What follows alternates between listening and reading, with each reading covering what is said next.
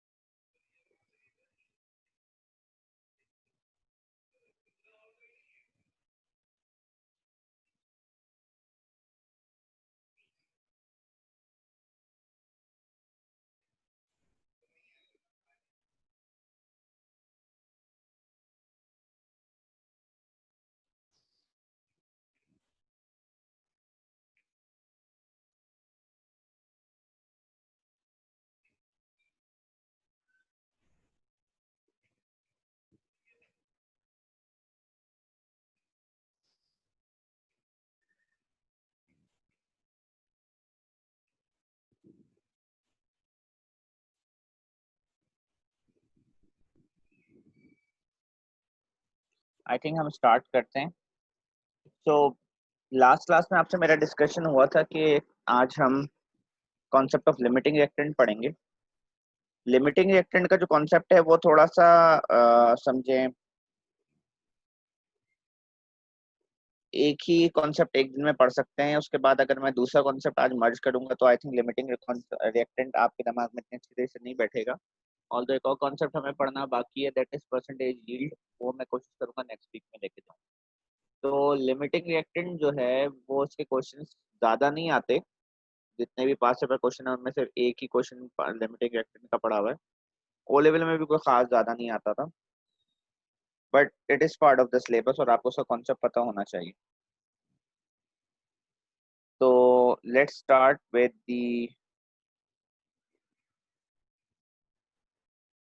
Topic. एक minute में जरा चीजें अरेंज कर लूँ, अभी ये पिछली क्लास के हिसाब से काम हुआ हुआ है। जी, तो अगर आप यहाँ देखें तो लिमिट, ये सारी इमेजेस जो है ना, ये मैं आपको सेंड कर दूंगा व्हाट्सएप ग्रुप में। दूसरे ग्रुप को भी मैंने सेंड कर दिए जिससे मैं पढ़ा रहा हूँ। You don't need to make notes right away. आप बाद में आराम से इससे देख के बना सकते हैं नोट्स। अभी बस आपने कैलकुलेटर्स रेडी रखें और अपना ध्यान यहाँ रखें तो कॉन्सेप्ट के ऊपर। देखें, लिमिटिंग रिएक्टेंट का कॉन्सेप्ट ये है कि अक्सर चीजें ना जो दो रिएक्टेंट को मिलाने से बनती हूँ उसमें कॉन्सेप्ट ऑफ लिमिटिंग रिएक्टेंट आ जाता है। जैसे फर्ज करें, एक इस तरह का सवाल है, सिनेरियो पहले एक बताता हूँ मैं आपको। बहुत आसान सा सिनेरियो रखता हूँ ताकि हर कोई समझ सके। फर्ज करें कि आप जो हैं वो एक जूस की दुकान पे जाते हैं, जैसे आगा जूस वगैरह हमारे यहाँ कल्चर में होते हैं। ये उधर जाके आप एक स्ट्रॉबेरी शेक मांगते हैं, ठीक है। तो जो कंपनी है उन्होंने अपने वर्कर्स को ये बताया हुआ है कि जो भी कस्टमर आपसे स्ट्रॉबेरी शेक रिक्वायर करे, आपने उसकी प्रिपरेशन के लिए स्टैंडर्ड फॉलो करना है, अपनी मर्जी से काम नहीं करना। हमारे लिए टेस्ट हमारा यूनिफॉर्म होना चाहिए हर ब्रांच के ऊपर, और हमारी जो क्वांटिटीज है वो मेजर्ड होना चाहिए फॉर दी अकाउंटिंग पर्पजेस। तो उन्होंने एक स्टैंडर्ड सेट किया है, वो ये है कि जी एक ग्लास स्ट्रॉबेरी शेक के लिए they going to use 1 cup of milk plus 2 strawberries. ठीक है, ये स्टैंडर्ड फिक्स है, और कुछ नहीं करना आपने। आपने ये रेसिपी इस्तेमाल करनी है। Have to take 1 cup of milk and 2 strawberries fix. फर्ज करें अगर मैं आपसे इस तरह का सवाल पूछूं कि यार एक शॉप में 10 कप दूध पड़ा हुआ है, अभी मैंने स्ट्रॉबेरीज का जिक्र ना करूं, तो वहां के वर्कर्स कितने शेक बना सकते हैं? तो आप बोलेंगे 10। ठीक है, और बिल्कुल सही जवाब है। अगर मैं बोलूँ कि यार एक शॉप में 10 स्ट्रॉबेरीज पड़ी हुई हैं, ठीक है, तो वहां के वर्कर्स कितना शेक बना सकते हैं? तो आप बोलेंगे 5 ग्लास शेक बन सकता है। ठीक है, और ये दोनों सवाल सही हैं। पर अगर मैं इसको मर्ज करूं, कि मैं अगर आपसे बोलूं कि एक दुकान में 10 ग्लास दूध और 10 स्ट्रॉबेरीज बनी हुई है, पड़ी हुई है, तो कितने ग्लास शेक बन सकता है? तो क्या जवाब होगा बेटा?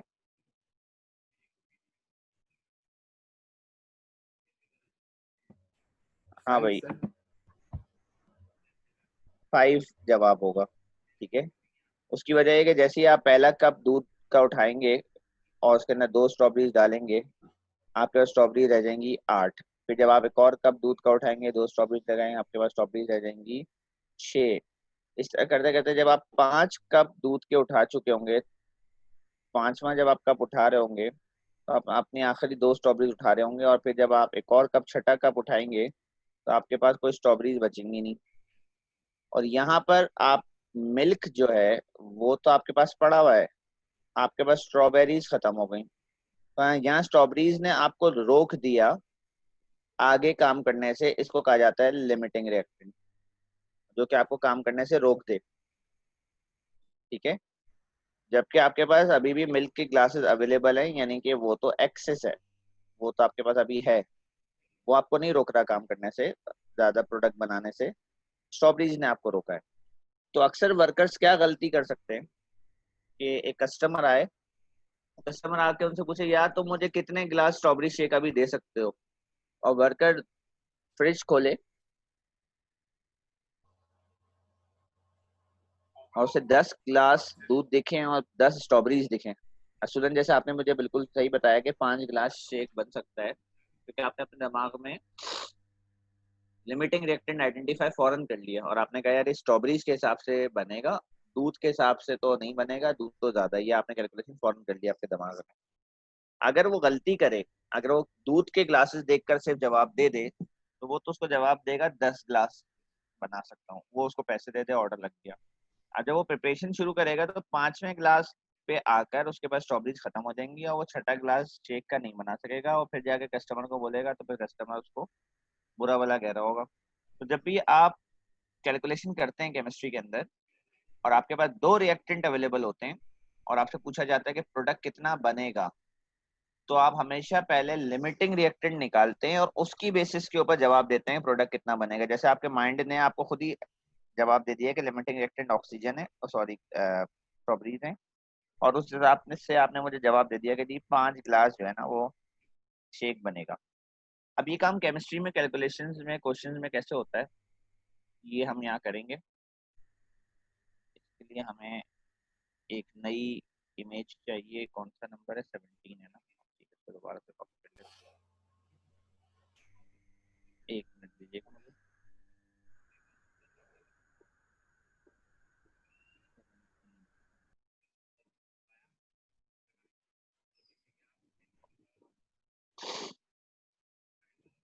चलें यहाँ देखिए,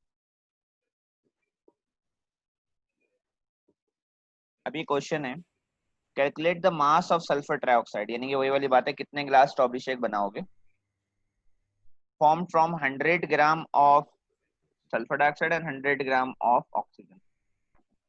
अब ये वही वाली स्ट्रॉबेरी और मिल्क शेक वाली एग्जांपल से सिमिलर है कि जैसे मैंने आपसे कहा था कि 2 स्ट्रॉबेरीज और 1 ग्लास दूध डलता है, तो यहाँ 2:1 मोल रेशियो है रिएक्टेंट्स में। पर हम तो अभी से मास से सॉल्व कर रहे हैं, ठीक है, ये मास का रेशियो नहीं। अब 2 रिएक्टेंट दिए हुए, एक सल्फर डाइऑक्साइड दिया हुआ है और एक ऑक्सीजन।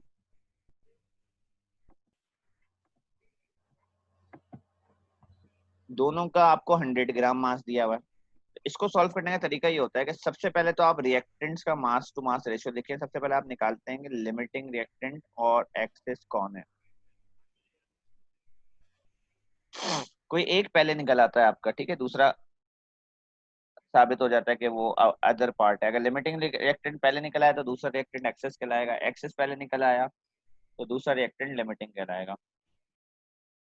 तो फर्ज करें आपने 2 mole of sulphur dioxide ratio oxygen, पहले यूं करके लिख दिया जैसे इक्वेशन में लिखे हुए हैं ये लोग। इन दोनों को ऐसे उठाया यहाँ से और यहाँ रख दिया। उसके बाद क्वेश्चन पढ़ा कि इन दोनों के 100 ग्राम्स दिए हुए, तो इन दोनों के मास दिए हुए, तो ये मास टू मास रेशियो से सॉल्व होगा। सबसे पहले आपने इक्वेशन से इनके मास निकाले, तो 2 मोल ऑफ सल्फर डाइऑक्साइड का मास होगा 128 ग्राम। जब आप कैलकुलेट करेंगे 2SO2 का मास 128 होगा और ऑक्सीजन का मास 32 होगा। यहाँ से तो साबित हो गया कि दोनों के मास बराबर नहीं चाहिए होते। जैसे एग्जामिनर ने कर दिया ना कि 100 ग्राम आपको दे दिया दोनों का, कि ये भी 100 है वो भी 100 है, ये कोई सही बात नहीं है, दोनों बराबर नहीं चाहिए। इक्वेशन ने हमें बता दिए कि जब सल्फर डाइऑक्साइड 128 होता है ना तो ऑक्सीजन 32 होता है, उससे बहुत कम, मतलब उसके आधे का भी आधा। 128 का आधा 164 होगा, 64 का आधा 32 होगा, 1/4 अमाउंट चाहिए ऑक्सीजन का, ठीक है। तो ऑब्वियसली अगर सल्फर डाइऑक्साइड हमारे पास इस वक्त 100 ग्राम है, ये तो आप चाहें तो ऑक्सीजन का मास लिख लें, मैं सल्फर डाइऑक्साइड का लिख रहा हूँ। तो मुझे ऑक्सीजन कितना चाहिए, तो एक्स जो है वो एक आंसर आएगा जो कि रिक्वायर्ड है, ऑब्वियसली वो 25 आएगा, ठीक है। इतना हमें ऑक्सीजन चाहिए। क्वेश्चन में पहले से लिखा हुआ है कि ऑक्सीजन इज 100 ग्राम अवेलेबल। ये जो एक्स आएगा इससे 100 ग्राम का हमेशा कंपैरिजन हुआ करेगा। ये जो ब्लैंक मैंने बनाया है इसमें आंसर 100 से या तो कम आया करेगा या तो 100 से ज्यादा आया करेगा। अगर आंसर 100 से कम आया, जैसे कि अभी आने वाला है 25 ग्राम, तो इसका मतलब है हमें जो अमाउंट चाहिए वो कम है और हमारे पास जो अमाउंट पड़ा हुआ है ऑक्सीजन का वो जरूरत से ज्यादा है। तो उस केस में हम कहेंगे ऑक्सीजन इज इन एक्सेस, कि ऑक्सीजन जरूरत से ज्यादा है। अगर ये आंसर 250 आता कि 250 चाहिए और हमारे पास 100 होता तो ऑक्सीजन जो है वो लिमिटिंग कहलाता, ठीक है। तो पहले आप लिमिटिंग रिएक्टेंट निकालते हैं। आई होप के कुछ बच्चों को समझ में आई होगी। अगर आप में से किसी को नहीं समझ में आई तो आप फिक्र नहीं करें, अभी मैं इस पर कम से कम 4-5 क्वेश्चन कराऊंगा, तो उससे आपको थोड़ा कॉन्सेप्ट और बेहतर हो जाएगा। तो जब आपके पास लिमिटिंग रिएक्टेंट निकल आया, ये वो वाली कैलकुलेशन की है जो आपके माइंड ने 1 सेकंड में कर दी थी स्ट्रॉबेरी के केस में। मैंने आपसे पूछा था अगर आपके पास 1 ग्लास शेक बनाते वक्त रेशियो, पहले मैंने आपके दिमाग को बताया कि अगर आपके पास 1 ग्लास शेक बनाते वक्त 1 ग्लास दूध और 2 स्ट्रॉबेरीज डलती हैं और आपके पास फ्रिज में 10 ग्लास दूध और 10 स्ट्रॉबेरीज पड़ी हुई हैं, तो कितने शेक बन जाएंगे। तो आपने फौरन से बताया जी 5 बन जाएंगे, क्योंकि आपने स्ट्रॉबेरीज के हिसाब से दूध शेक्स को कैलकुलेट किया, क्योंकि आपको पता है कि दूध एक्सेस है और स्ट्रॉबेरीज कम है और स्ट्रॉबेरीज खत्म हो जाएंगी। ये कैलकुलेशन दिमाग के लिए करना आसान था क्योंकि बहुत सिंपल थी, इसके लिए आपने ज्यादा सोचा भी नहीं। It is a simple logic. पर ऑब्वियसली क्योंकि आपको केमिस्ट्री प्रॉब्लम्स की आदत नहीं है तो आप इतना नहीं सोच सकते। पर अगर आप इस रेशो को गौर से देखें तो 128 ग्राम को 32 ग्राम चाहिए। तो अगर आप थोड़ा सा अब दिमाग इस्तेमाल करना शुरू करें तो ये क्या रेशियो है, ये तो 32 टाइम्स 4 128 होता है ना, 4 गुना ज्यादा मास है 32 से 128, ठीक है। यानी कि 32 128 से 4 गुना कम मास है। तो अगर सल्फर डाइऑक्साइड 100 होगा तो ऑक्सीजन कितना चाहिए होगा, 100 से 4 गुना कम, ठीक है। 100 का 1/4 क्या होगा 25। आप चाहे तो ये कैलकुलेटर से कर लेंगे काम, वैसे तो सामने दिख रहा है 1/4 मास आएगा, वहां पे 25 ग्राम आएगा। तो 25 ग्राम आपको चाहिए होगा। अगर सल्फर डाइऑक्साइड 100 पड़ा हुआ है तो 25 ग्राम आपको चाहिए। पर आपके पास अवेलेबल कितना है, आपके पास अवेलेबल है 100, तो 25 से ज्यादा, तो इसका मतलब है आपके पास बहुत सारा अमाउंट अवेलेबल है, आपको टेंशन लेने की जरूरत नहीं है, तो इसको हम कहते हैं एक्सेस। अब हम आगे जब एक्सेस रेटेड निकाल लेते हैं तो अब हम आगे